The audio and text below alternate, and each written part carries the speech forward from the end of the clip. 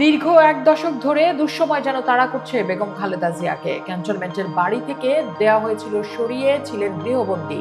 মাথার উপর ছিল শত মামলার চাপ। পাশে থাকতে পারেনি স্বজনদের কেউ। এমন অবস্থায় শরীর ভেঙে পড়েছিল খালেদা জিয়ার। চিকিৎসকের মতে মানসিকভাবেও হয়ে পড়েছিলেন বিপর্যস্ত। স্বাস্থ্যের মতো মানবিক বিষয় নিয়ে হচ্ছিলেন বারবার আইনি রাজনীতির শিকার। তার এমন দুঃসময়ের গল্প যেন বদলাতে শুরু করেছে।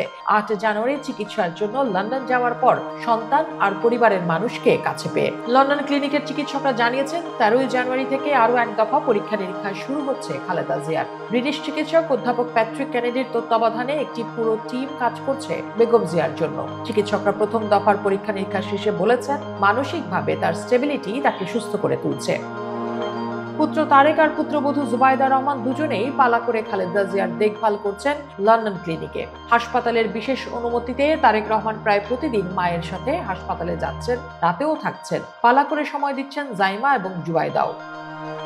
খালেদা জিয়াকে নিয়মিত হাসপাতালের খাবার খেতে হলেও মাঝে মাঝে খাচ্ছেন পুত্রবধূ জুবাইদা রান্না করে আনা মুরগির স্যুপ আর বিশেষ ডাল। খালেদা জিয়ার ব্যক্তিগত চিকিৎসক AZM জাহিদ হোসেন তার সাথে রয়েছেন এবং গণমাধ্যমকে নিয়মিত এসব তথ্য জানাচ্ছেন। ৭৯ বছর বয়স্ক খালেদা জিয়া দীর্ঘদিন ধরেই liver cirrhosis, kidney, heart, diabetes, arthritis সহ নানা শারীরিক সমস্যায় ভুগছেন। এখন লন্ডন ক্লিনিকে তার উন্নত চিকিৎসা চলছে।